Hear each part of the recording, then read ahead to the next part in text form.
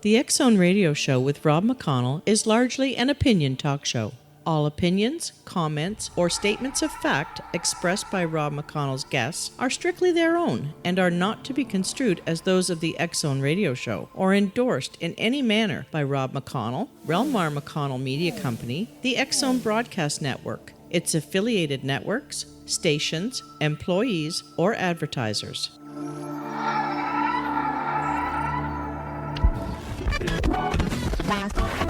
All Hit Radio.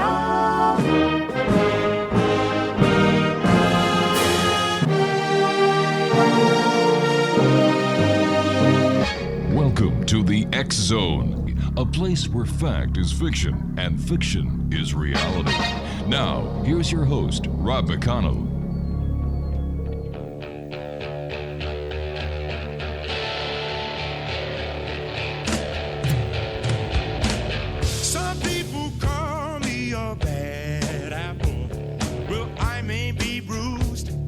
Still taste sweet. Some people call me a bad apple, but I may be the sweetest apple on the tree.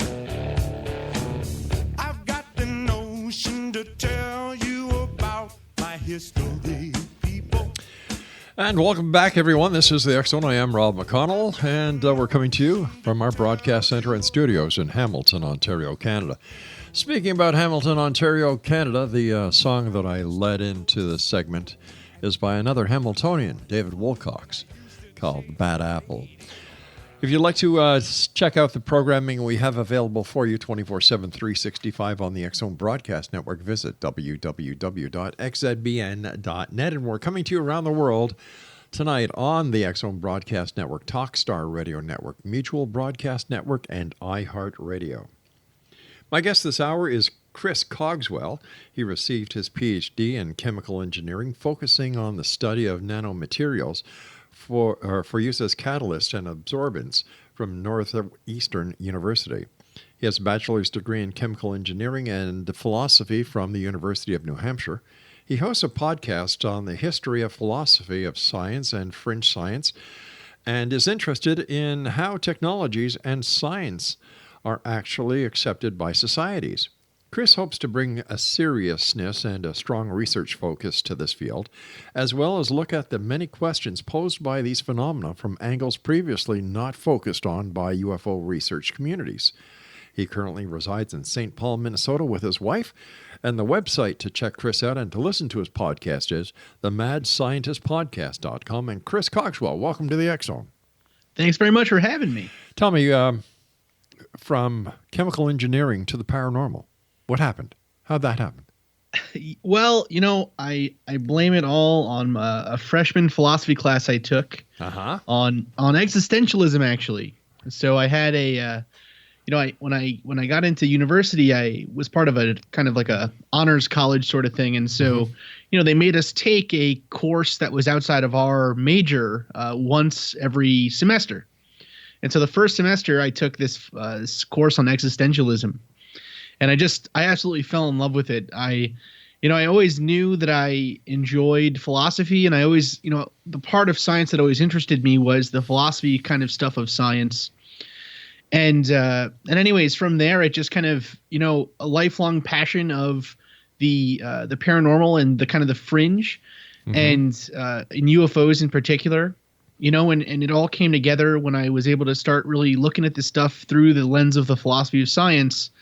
And so for me, chemical engineering is almost kind of my side thing. It's my main job, but definitely my passion is in this realm. So what is your take on ufology? Why is ufology today so screwed up?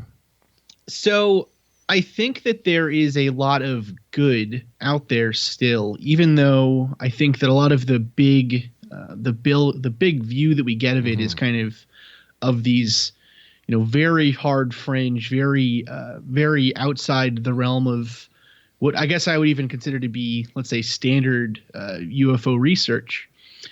I think that in many ways there are good things in terms of, say, public perception, public acceptance, and also just kind of the scientific community's acceptance. But in terms of what makes the UFO field, I think, so challenging at this point, but also so exciting, is that there's so much interest, there is so much time being spent on these subjects, but there is no gatekeeper. There is no kind of centralized place or no area of peer review or, critique that I would think is important in any field. And so because there hasn't been this critique, we've had, basically hundreds of people, hundreds of books published each year, countless radio shows and podcasts and TV shows and whatever. And everyone's interested in this stuff, but we're all giving our own pet theories. What we really need to do is start amassing this information and really looking at it with going through it with a fine-toothed comb with an eye towards, serious, just logic, science, philosophy, right? All of these academic disciplines that have existed and I think have a lot to do with the UFO field.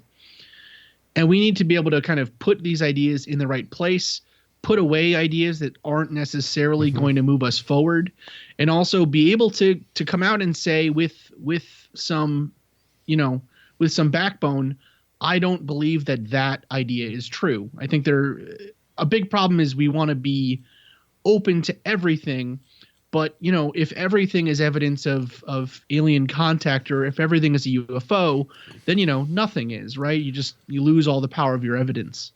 I've been doing the show for 28 years, and over the 28 years, I've had over 5,000 guests on.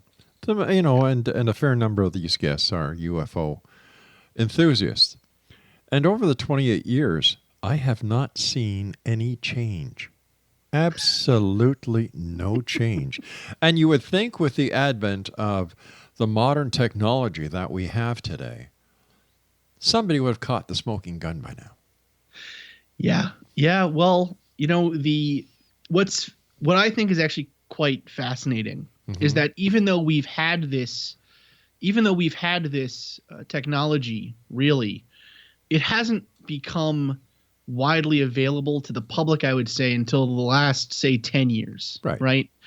And on top of that, there is always a lag between when technology makes its way from, or let me rephrase this. Sure.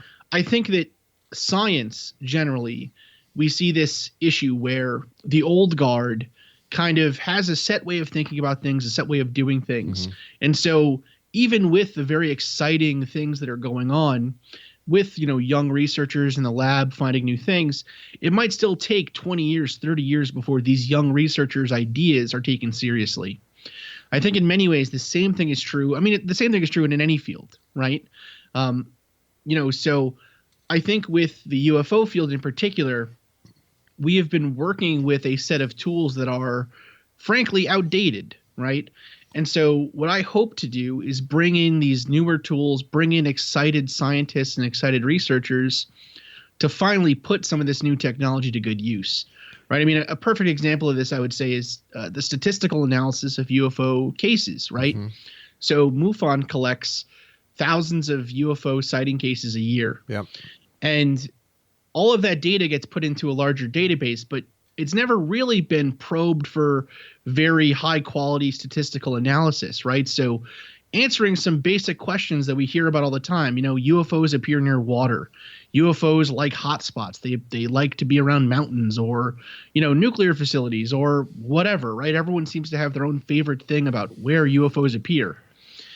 All of that stuff is a question of data. It's not necessarily a question of opinion or anything else like that. So that's kind of where we're hoping to do is start with laser focus, really looking at these questions and starting to kind of trim away at this idea, this concept, to finally, hopefully, start moving forward towards, truth for whatever that might end up meaning. I mean, who knows in a field like this? But is it possible that there's been too much damage done? The public image of ufology is, they're a bunch of wingnuts.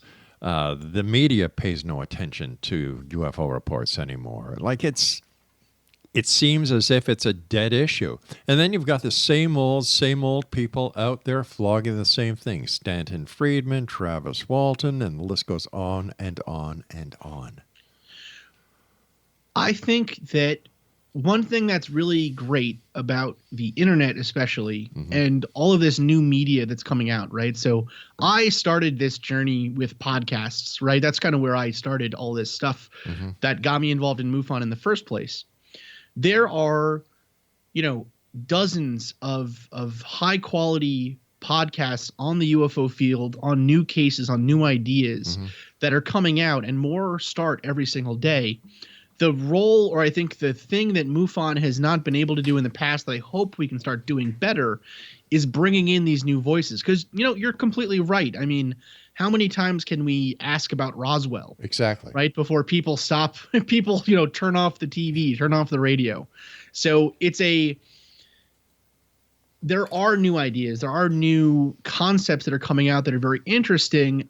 It's just a matter of really putting that into a way that the old guard can kind of accept it, but also that we can put out a strong face to the public to say, look, I make no apologies for, or rather, I try to take no, I'm under no illusions about the status of the UFO field or how it's occurred over time, right?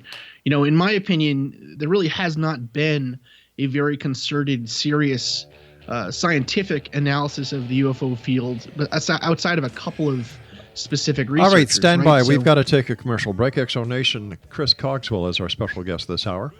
His website is themadscientistpodcast.com, and Chris and I will be back on the other side of this commercial break as we continue from our broadcast center in Hamilton, Ontario, Canada. Don't go away. On the tree, I've got the notion to tell you about my history, people. I've got the notion to tell you about how I came up in the world. Yeah. Now look, I used to go to school.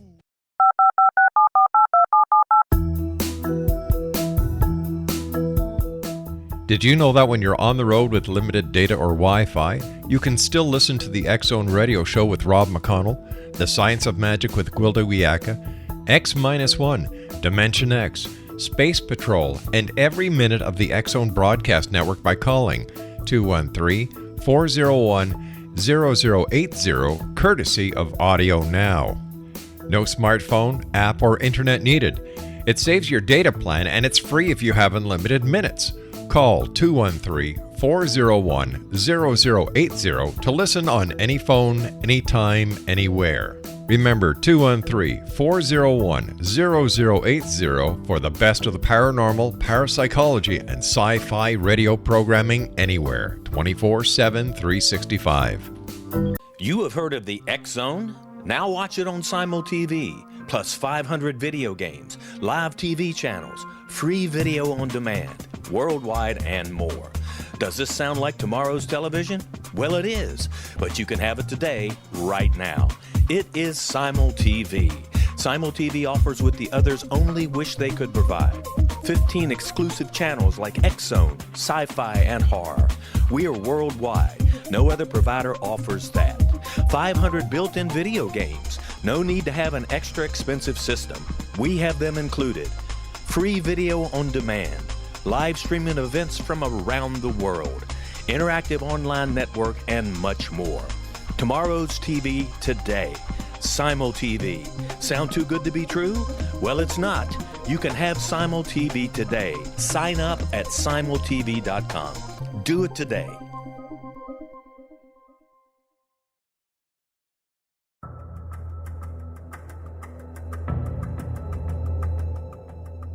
Modern Esoteric, Beyond Our Senses by Brad Olson, consummates the lifology story about where humanity originates.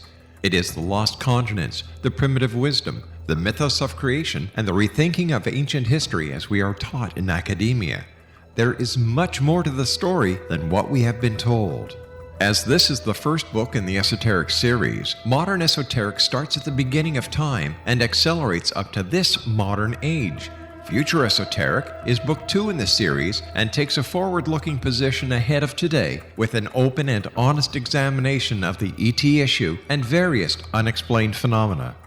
To discover the writings of author Brad Olson, visit www.bradolson.com. That's www.bradolson.com.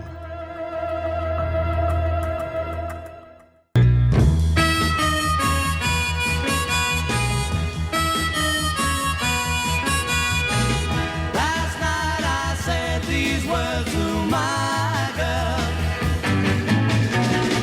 I know you never even try, girl. Come on, come on, come on, come on, come on, come on, come on, come on. Please, please, please, won't act like I please you. And welcome back, everyone. My guest this hour is Chris Cogswell. His website is themadscientistpodcast.com. Chris, you know, we're talking about ufology, and it seems that there are no big cases anymore. That the big cases, the Kenneth Arnold case, the Roswell case, the Travis Walton abduction, Betty Barney Hill, these type of cases just don't exist anymore. How come? I think there's a couple of things that go into making a big case. I think that there is frankly, there's the drama of the case itself, right? There's the reaction of the local community. There's, national news getting involved. There's the military getting involved. All of these things. That doesn't really happen that much anymore, right? I think for the most part, UFO cases are sort of, they're interesting to the public, but I don't know necessarily that it's given the same kind of spooky kind of factor that it was in the past. On top of that, too, I think that just these cases that you're mentioning were these were fundamental to the field, right? They were kind of groundbreaking. And so there are ideas, there are concepts, there are cases sort of like that I would point to. I mean, the Skinwalker Ranch case would be one that I think is kind of foundational for a new way of thinking about UFOs. But, for the most part, I would say that I think it's because, if you do something, if you're the first person to do something, you're going to be the most famous for it, right? So, well, being a former police officer that worked with criminologists in Canada, the United States, and around the world, we used to share information to crack cases. We didn't hoard the information like the UFO community does. And I have never understood why the community thinks that they need to hold all the information so close to their heart unless there's ego involved. And if there's ego involved, nothing will ever get accomplished. Yeah, I agree with you 100%. It's actually been one of my big, I guess I would say my big pet peeves, I think, is that, for a field that is supposedly, always worried about government involvement and military hiding secrets and whatever, we sure do keep a lot of secrets ourselves. Right. I mean, it's kind of interesting that way. It is. And, I received a press release from some radio or podcast that was going to invade Area 51. Like, give your head a shake, you bunch of morons. Maybe invade the gas station nearest Area 51. But yeah, that's ridiculous. So one thing that I am trying to be, so I would say that is something that we hear at MUFON a lot. That's something that I heard a lot when I first joined, was people saying, the info comes in and then it doesn't go anywhere. Yeah. That is, I think, in many cases, I think that is actually a very valid complaint. What we're trying to do now, but let me say that the reason that is usually the case, or at least has been the case, is that MUFON is collecting data on people, on individuals, right? I mean, these are people that are coming to us with their cases. They are in many instances embarrassed or don't want to become known publicly. And so the question that's kind of tricky becomes, well, how much information can you give to the public without it becoming clear who this person is, right? So, I mean, if you're in a small town in, the middle of America or something, and I say, okay, well, a sighting occurred at this zip code at this time, and, the person is a steel worker or something, whatever, there might only be 300 steelworkers in that town that match that kind of general time and description, right? It's not going to be super difficult to find that person's info out. No, I understand that, but the data could be collected, stored, and released in such a way that this information is only given to people who deserve to have it, not John Q. Public. Yes, and so that is actually something that we are. So MUFON has always been open to that, but I think it hasn't ever really been easy because of the way that our database was stored. We are now basically creating a tool that will let us export that data, basically cleaned up of any personally identifying information, so that if you are a researcher interested in this field, we are happy to share the data with you. So, that should no longer be a concern, sure. I would say. Again, we want to ensure that we are, checking who is getting the data, that they're going to use it for a good reason and all of that kind of stuff. But ultimately, MUFON is providing a public service, or at least that's what I think we should be doing. So, if you're a researcher and you want access to these cases, well, I don't see the harm in having, instead of just one team doing this kind of work, why not have hundreds, right? That seems like a much better way to have a vibrant research community. Sure, it makes a lot of sense. If you throw enough crap on the wall, some of it's going to stick. But MUFON has been going through a lot of turmoil lately. Yes. And I think the public perception of MUFON, as well as other members within the paranormal community and UFO community, are not looking at MUFON as that star in the sky when it comes to ufology. Like I can give you an example. One of the former directors, I don't know if he's still part of it, was saying some rather crude racial remarks. Yeah, that is something that can't be tolerated, right? That was a hugely disappointing thing, when it occurred, but also, it's still something that I think we need to be better at addressing, I would say. So obviously, I think that there are these challenges and there are big issues that MUFON has to overcome. And I think that MUFON has lost a lot of public trust and forget public trust. I think has lost the trust of other researchers in many ways. Right. I hope that I can be some small part of rebuilding that trust. And also, I think that with something, the things have to go wrong before you can really make a radical change to turn them correct, right? To kind of steer the boat in the right direction, I would say. And so I think that in many ways, this is sort of these, as MUFON grows, as the UFO community becomes better at doing investigations on their own, and also gets more, just has larger memberships and, larger, I would say, analysis of it done even by the general public. I think that we're going to find issues like this that come up, and I think that we need to address them as they come up correctly and quickly. But also I think that there has to be I think, though, that we can do a lot of good with this process of change. You know what I'm saying? I think that as these changes occur and as the methods get better, I think that we can start to gain that trust back. And frankly, I'm not sure that it had MUFON not had these negative things occur, in the past, say 5 years, 10 years, I'm not sure that they would be bringing on such young and, well, relatively young anyways, but, such new faces to the field with a lot of different ideas, such as myself. Is it possible MUFON's time has come and should be disbanded? I think that the challenge. So, I don't think that MUFON's time has come. If I did, that would be very a bad move for my resume.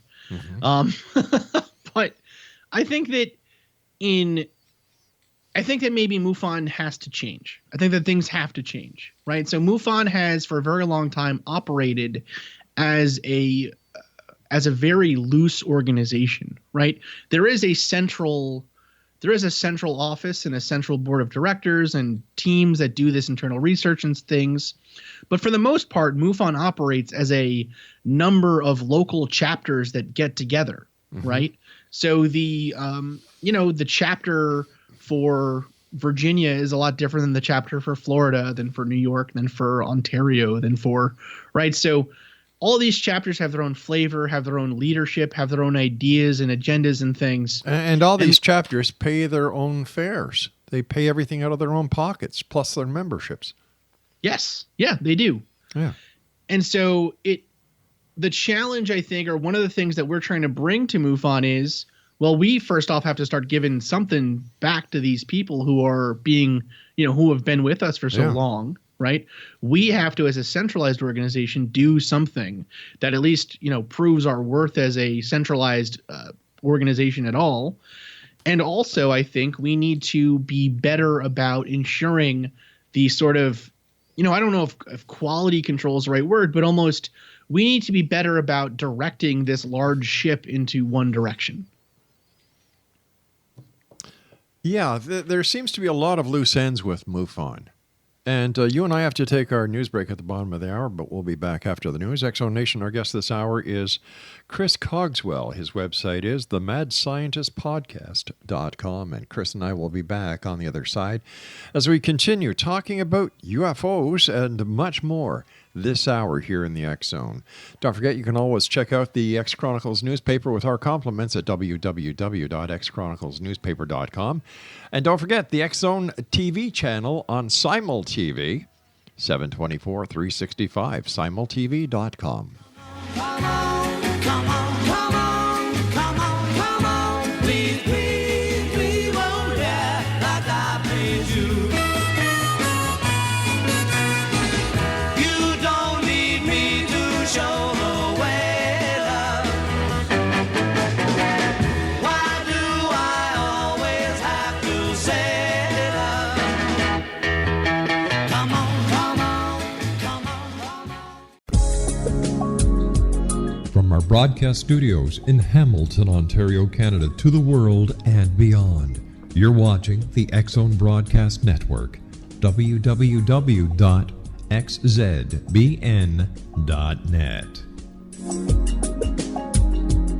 AVS Media Demo.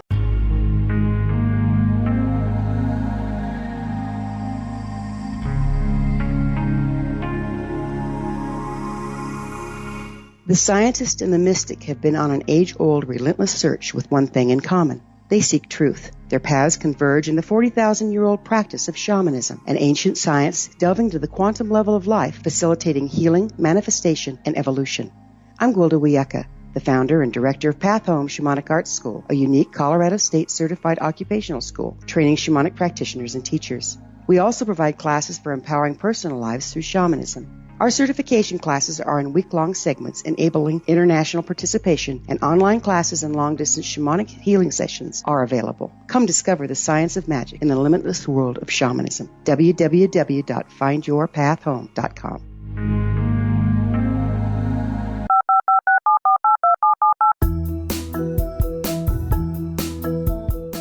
Did you know that when you're on the road with limited data or Wi-Fi, you can still listen to the X-Zone Radio Show with Rob McConnell, The Science of Magic with Gwilda Wiyaka, X-1, Dimension X, Space Patrol, and every minute of the X-Zone Broadcast Network by calling 213-401-0080, courtesy of Audio Now. No smartphone, app, or internet needed. It saves your data plan, and it's free if you have unlimited minutes. Call 213-401-0080 to listen on any phone, anytime, anywhere. Remember 213-401-0080 for the best of the paranormal, parapsychology, and sci-fi radio programming anywhere, 24/7, 365.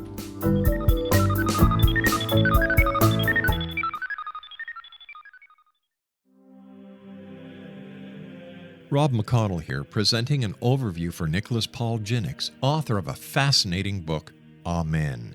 It presents facts revealed by Egyptologists, facts that enable us to understand why Amen is the beginning of creation of God. It provides recommendations for religious leaders of the major religions to unify their beliefs and teach the Word of God. Love one another. Amen informs people how mankind conceived God. It was the Egyptians that developed the concepts of a soul, a hereafter, and Son of God. And finally, after the worship of many gods, they conceived the belief in one universal God, the maker of all there is. For more information, visit www.futureofgodamen.com. That's www.futureofgodamen.com.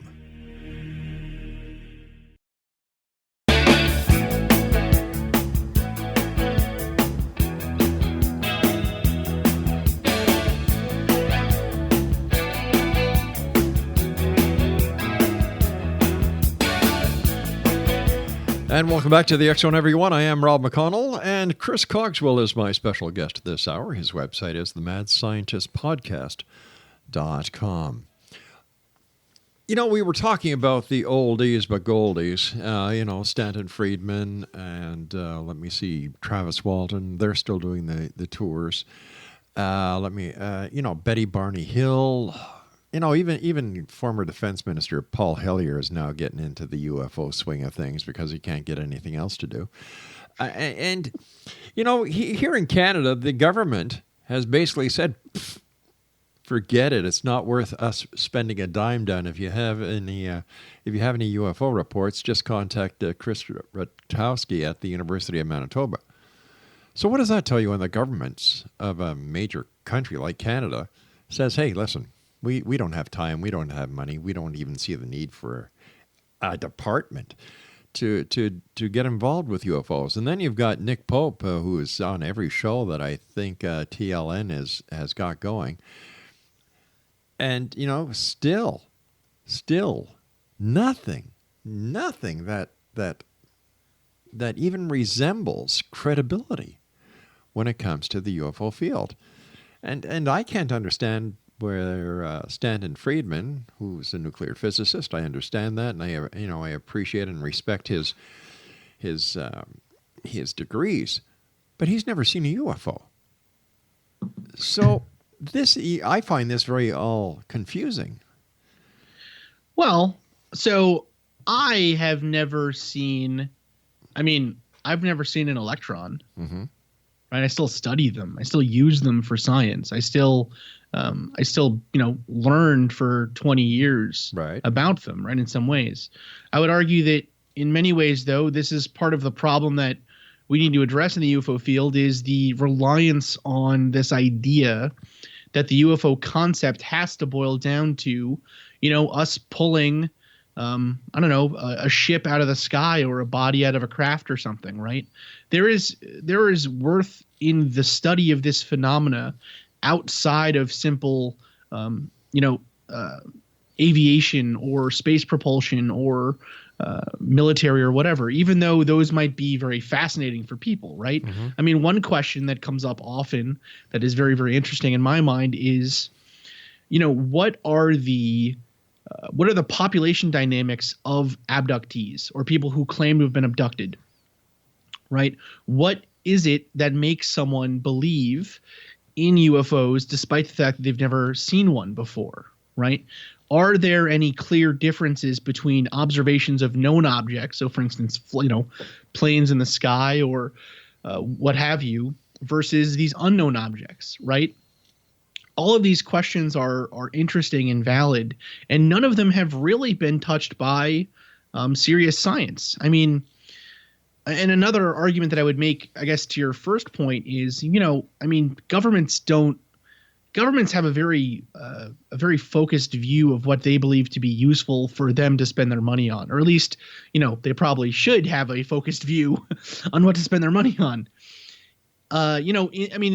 All academic research, I can't speak for Canada, but I know that this is true in the United States. All academic research is partially funded by the government, but also very highly funded through grants that are given by the government so that the government does not have to spend its own money, quote unquote, to do this research, right? So, and again, I would argue that in many ways, the UFO field has never been scientific, has never really had serious science put its lens towards what these events are, what these ideas could be. Let me ask you this simple question: why not? I think because, frankly, that is the $1 million question. Yeah. Right. I mean, you will have some who would say that it's because, vast conspiracies and whatever, and I don't buy in any of that. Yeah, neither do I. Yeah, but there is something to be said about this idea that, it takes science a long time to get its boots in gear to change ideas. I mean, the founders, the fathers of quantum mechanics only really had any kind of success in bringing about that idea to the forefront in their 50s. Mm-hmm. Right. These were experiments and ideas that they had written about in papers during their theses, right, when they were in their mid to late 20s. It takes science, it takes any bureaucracy a very long time to change. And so I think that is also true. That is especially true of something that is considered a fringe science. Right. I mean, let's take, for example, ghost hunting. Right now, this is a bad example. I don't think ghost hunting and the search for UFOs, I mean, they're similar in some ways, but I don't think, there's a lot of weirdness there between these two realms. But if you look at the realm of ghost hunting, mm-hmm. what has changed over time is that the way that we look for ghosts has gone from us looking for full-bodied apparitions that have voices and seem to have conscious will to today simply looking for heat signatures or electrons or disturbances in magnetic fields, right? That supernatural idea, that magical thought, has reduced itself all the way from something truly outside the realm of the natural to being something easily measurable with a electromagnetic field, device. But you've got a lot of people who are using equipment who don't know what they're doing. Absolutely. They go online, they buy all this equipment. They call themselves Ghostbusters or investigators. They don't have a clue what it takes to do an investigation. They're hobbyists. They are just basic hobbyists. They go online. The whole thing. It reminds me, the paranormal investigation in any aspect reminds me of the old. In the 70s, when everybody would put a CB radio in their car, they'd have all these crazy handles. And then they would go down to a coffee shop, park beside each other, and talk to each other on the radio.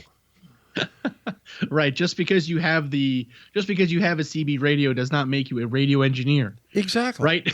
Well, I would argue the same thing is true of the UFO field. I mean, just because you have a Geiger counter and a pair of binoculars and a notebook doesn't mean that you are going to be doing this investigation in an interesting way. Mm-hmm. And I mean, or in a scientifically valid way.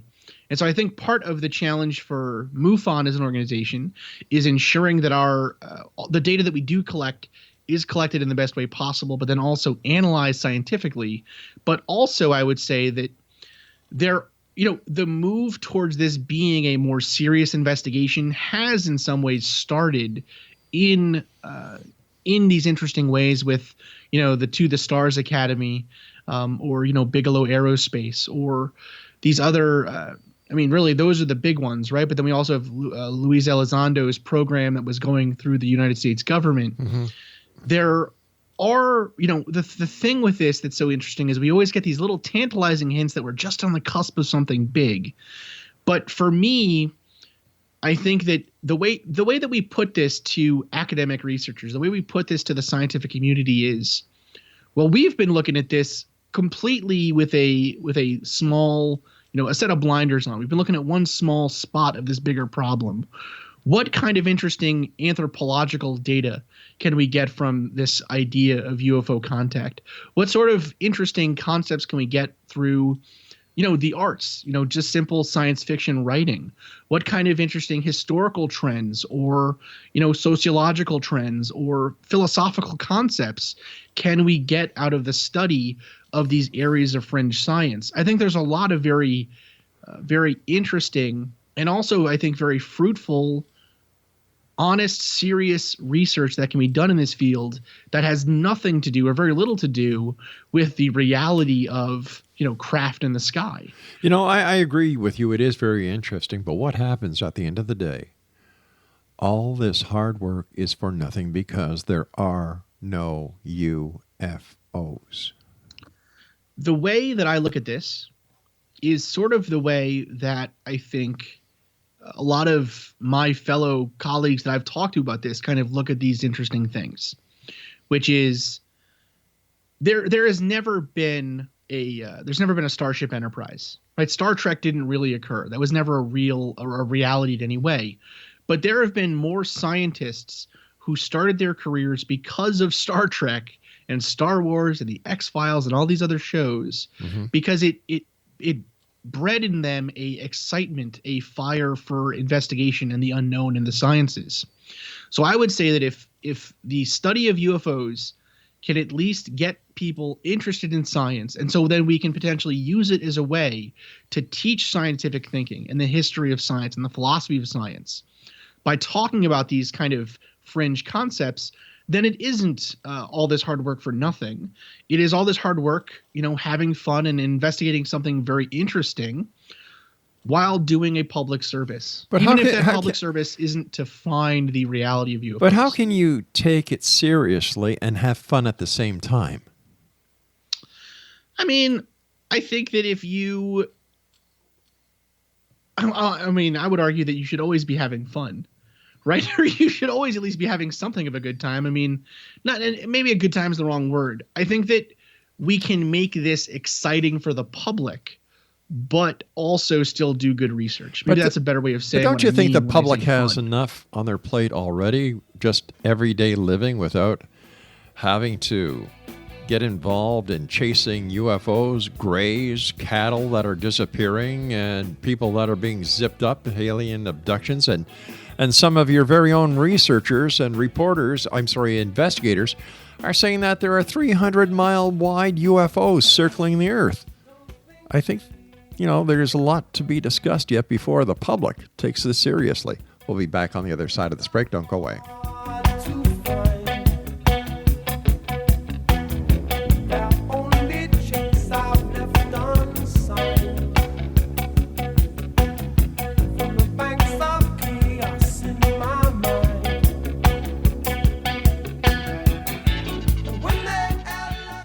You have heard of the X Zone? Now watch it on Simul TV, plus 500 video games, live TV channels, free video on demand, worldwide, and more.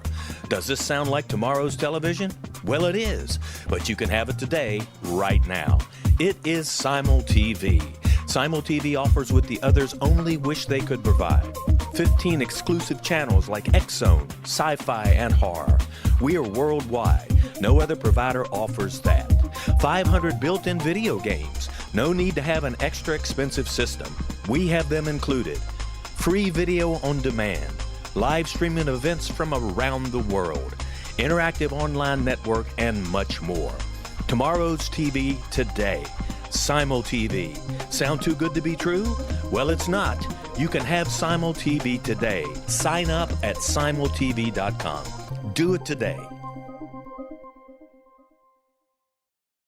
The new nonfiction book, Razor of Madness, is similar to cult movies like Clockwork Orange, Dragon's Tattoo, or The Other Side of Hell. Wayne Morin Jr. and Thomas Lee Howell expose widespread and systematic deficiencies in this thought-provoking tell-all novel. Mind control rages among scholars in law schools. Human rights are ignored while thought reform and mental manipulation are accepted practices used as behavior modification. Dr. Louis Jolyon West comes to mind. Media and public scrutiny shows that United States mental hospitals are in fact destructive murder industries. Razor of Madness expose novel details this epidemic through an in-depth professional and personal investigation. For decades, there has been a revolving door policy that still releases killers and pedophiles back into society. The maestro of mind control continues to haunt America to this very day. Razor of Madness is available in paperback or as a downloadable ebook at Amazon.com. I'm William S. Peckham. If you enjoy a good mystery with a touch of the paranormal, then you'll love my novel, From Out of the Woodwork.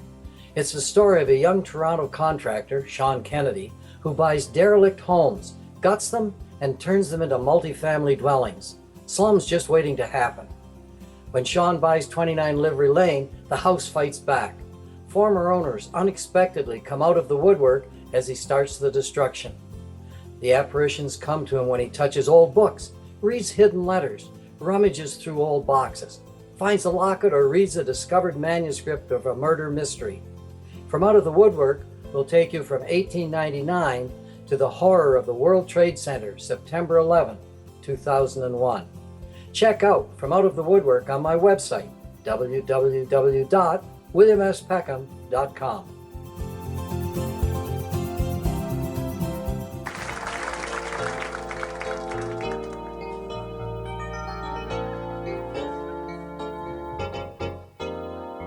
Well, I just got back from Roswell, where the aliens have been.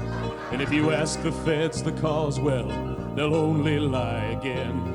Now I'm hunted by the gumshoes, and I'm wanted by the cops, 'cause they think that I might be the guy making circles in the crops.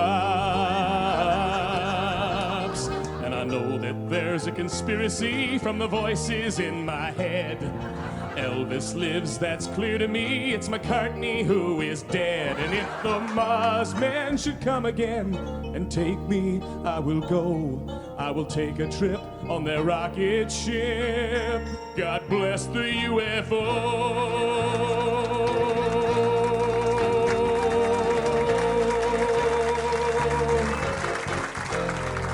Give JFK this message. It's the Cuban Army's fault. And I know that Dave Koresh is alive inside a vault.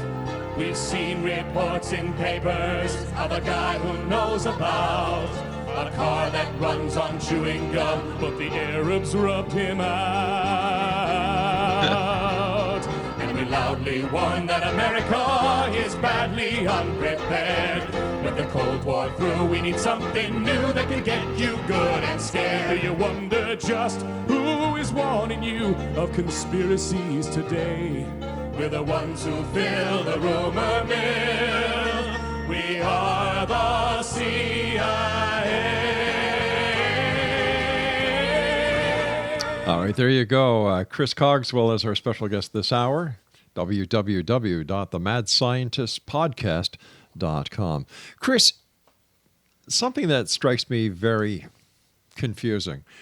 With all the abilities of different governments to hack every other government, and then WikiLeaks to hack in everybody's government, would it not be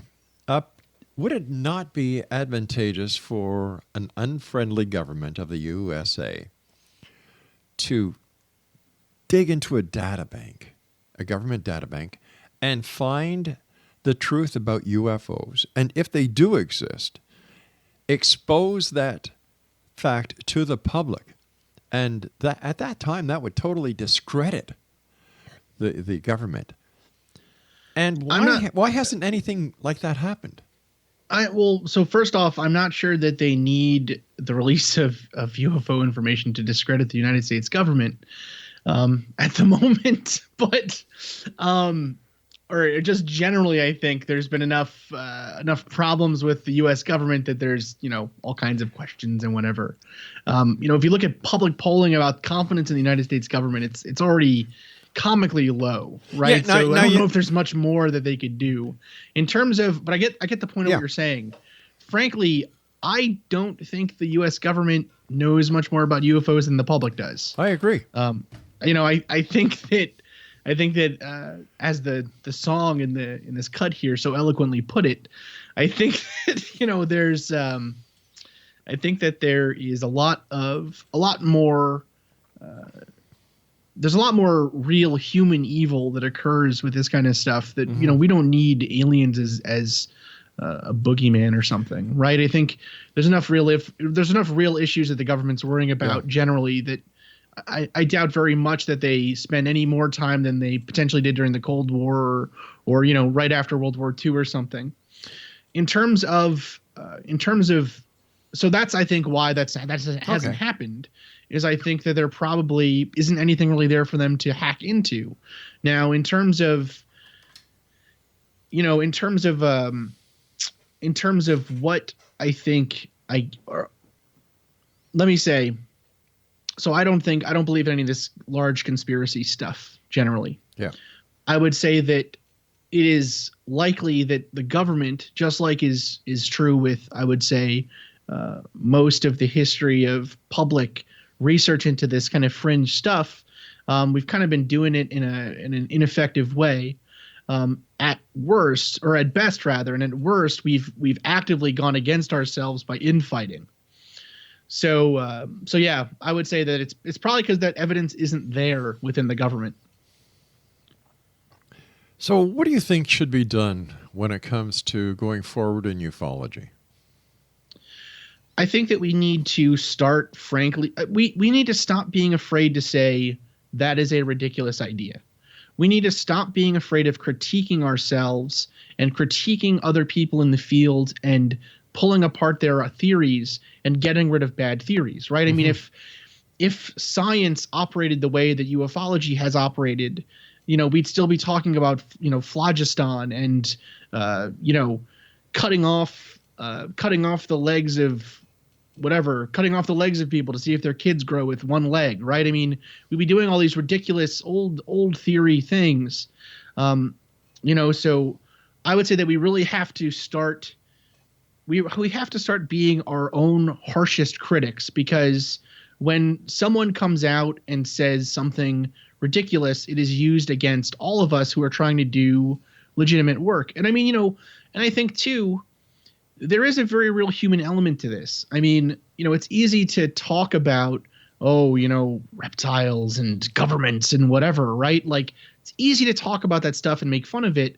It's much harder to discount the story of someone who's, telling you that they legitimately believe they've been taken and attacked or harmed in some way, right? I mean, regardless of the truth of alien contact, something is compelling these people to come forward, and getting to the bottom of that and treating them with dignity and respect, I think, is worthy of everyone's concern, regardless of, again, if you think UFOs are real or not.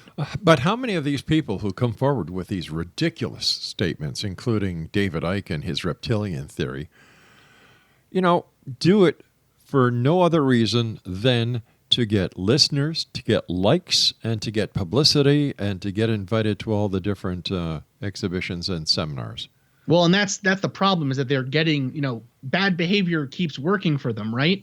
I mean, every time some fool says that they've been to Mars or something, we give them a talk show, right? We give them, give them a book deal. We need to stop and, again, be our own harshest critics and stop inviting these ideas in. Stop talking about these discredited theories. I'll give you an example. One of the first expos, the first one of these events that I went to, mm-hmm. I saw a talk on a subject involving archaeology that has been handily discredited over and over again. Every time it rears its ugly head, it is discredited. Right. And yet a new person was writing a new book on it and giving a talk on it. We have a responsibility as the central location for this information that people come to get this information, mm-hmm. to protect our members from con men and snake oil salesmen and all of that stuff. And we also have a responsibility, I think, if we really want to get to the bottom of this, to start putting out the best information available. How are the old guard going to take this new concept? It's funny. I think that for the most part, so everyone that I've talked to about this notion or these ideas have been positive. Mm-hmm. They've just been, okay, we'll be cautious, right? Just don't bite off more than you can chew. Don't get burnt out, all that stuff.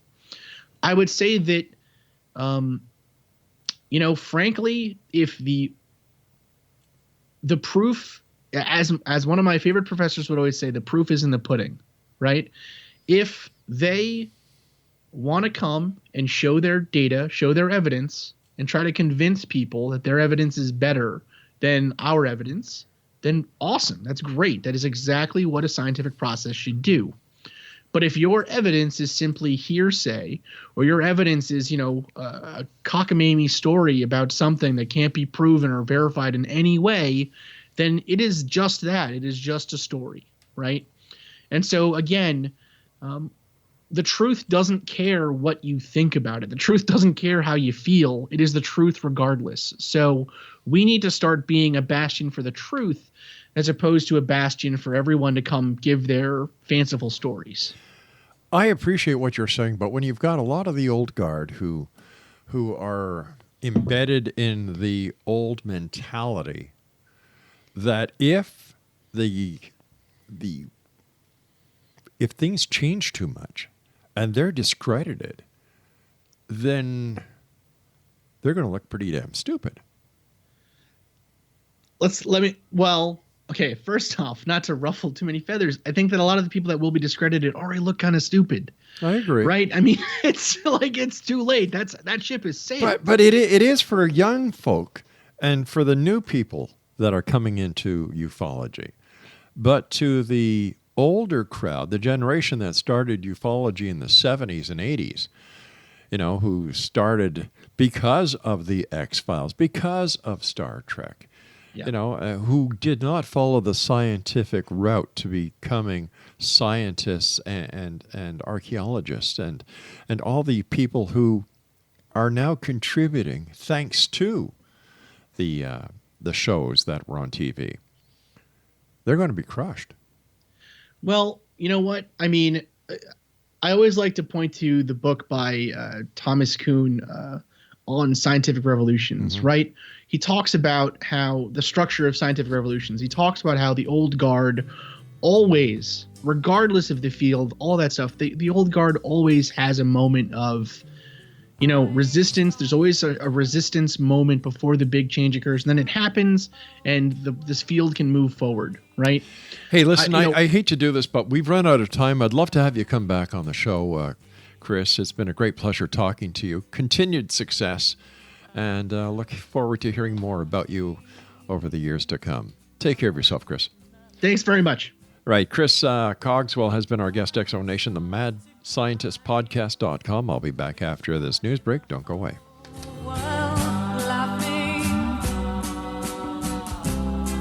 Oh, if I'd only see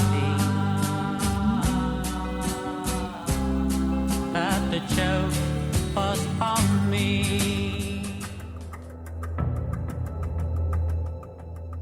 Modern Esoteric, Beyond Our Senses by Brad Olson, consummates the lifeology story about where humanity originates.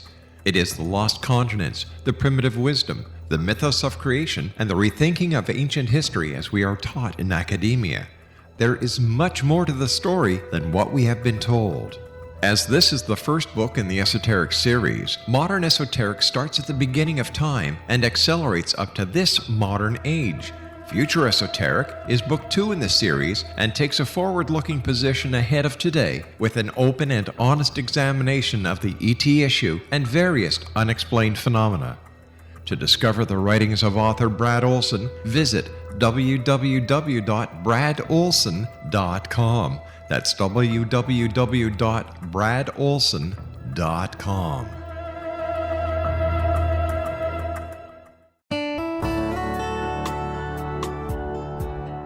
Are you or is someone you know struggling with addictions, depression, anxiety, relationships, low self-esteem, lack of confidence, grief, success, and prosperity?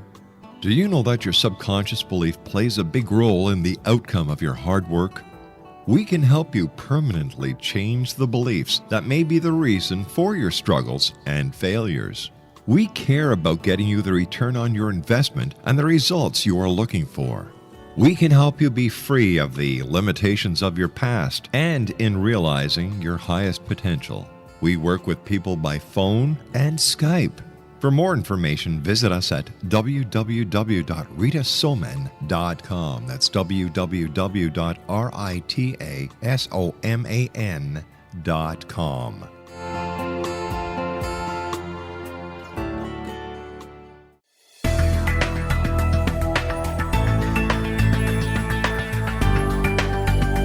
Do you think you have energy problems in your home? Do you feel better when you're away than when you're home? Joey Korn is a global leader in the world of dowsing who specializes in personal energy clearing and space clearing. He can help you create an ideal energy environment in your home no matter where you live in the world. Learn about his remote spiritual house cleaning services and much more at www.dowsers.com. You can get Joey's book, Dowsing, A Path to Enlightenment, as well as other dowsing books and tools, Kabbalah books, and Walter Russell books. Joey's work is really amazing. Go to dowsers.com right now. That's DOWSERS.com or call 1-877-DOWSING. That's 1-877-369-7464.